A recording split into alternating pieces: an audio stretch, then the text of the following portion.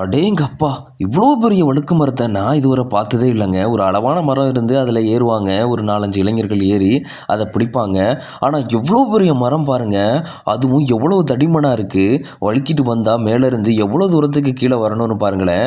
ஆனா அதையெல்லாம் பொருட்படுத்தாம இளைஞர்கள் தன்னுடைய துணிச்சல மட்டும் நம்பிக்கையா கொண்டு அப்படியே ஒவ்வொருத்தர் மேல ஒவ்வொருத்தரா ஏற ஆரம்பிக்கிறாங்க. எப்படி ஏறிட்டு இருக்காங்கன்னு பாருங்களேன். இத்தன பேர் தான் ஏறணும் அப்படின்னு ஒரு கணக்கு இருக்குன்னு நெனைக்கிறேன். ஆனா இது எனக்கு சரியா தெரியலங்க. உங்களுக்கு தெரிஞ்சா மறக்காம கமெண்ட்ல கமெண்ட் பண்ணுங்க. எவ்வளோ வேகமா என்னமோ ஏணில ஏறுற மாரி மேல ஏறிக்கிட்டே இருக்காருன்னு பாருங்களேன். ஒருத்தர் கீழ இருண்டு அது அத்தன பேத்தையும் தாங்கி பிடிக்கிறாருங்க. அவர் தான் உண்மையிலேயே பலமான வீரர்ன்னு நெனைக்கிறேன்.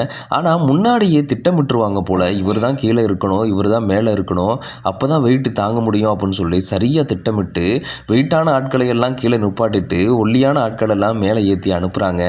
எப்புட்றா ஏறி பிடிக்க போறாங்க அப்படின்னு சொல்லி நாம ஆச்சரியமா பார்த்துக்கிட்டு இருக்கும்போது, கீழ இருக்கக்கூடிய ஊர் மக்கள் எல்லோருமே சேர்ந்து அந்த இளைஞர்களுக்கு உற்சாகம் ஊட்டுறாங்க. "உங்களால முடியும். அவ்வளோதான் கிட்ட வந்துட்டீங்க" அப்படின்னு சொல்லி, அதே போன்று அந்த இளைஞர் மேலே ஏறி அந்த கயித்த புடிச்சு மேல அந்த பணத்த எடுக்கும்போது, வேற லெவல் கெத்தா கீழ எல்லோரும் இறங்கி வந்தாங்க பாருங்க. சூப்பரா இருந்துச்சுங்க பார்க்குறதுக்கு. இந்த இளைஞர்களுடைய வீரமும், துணிச்சலும் உங்களுக்கு ரொம்பவே பிடிச்சிருந்தா மறக்காம லைக் பண்ணுங்க. நம்ம சேனலுக்கு புதியவரா இருந்தா சப்ஸ்கிரைப் பண்ணுங்க.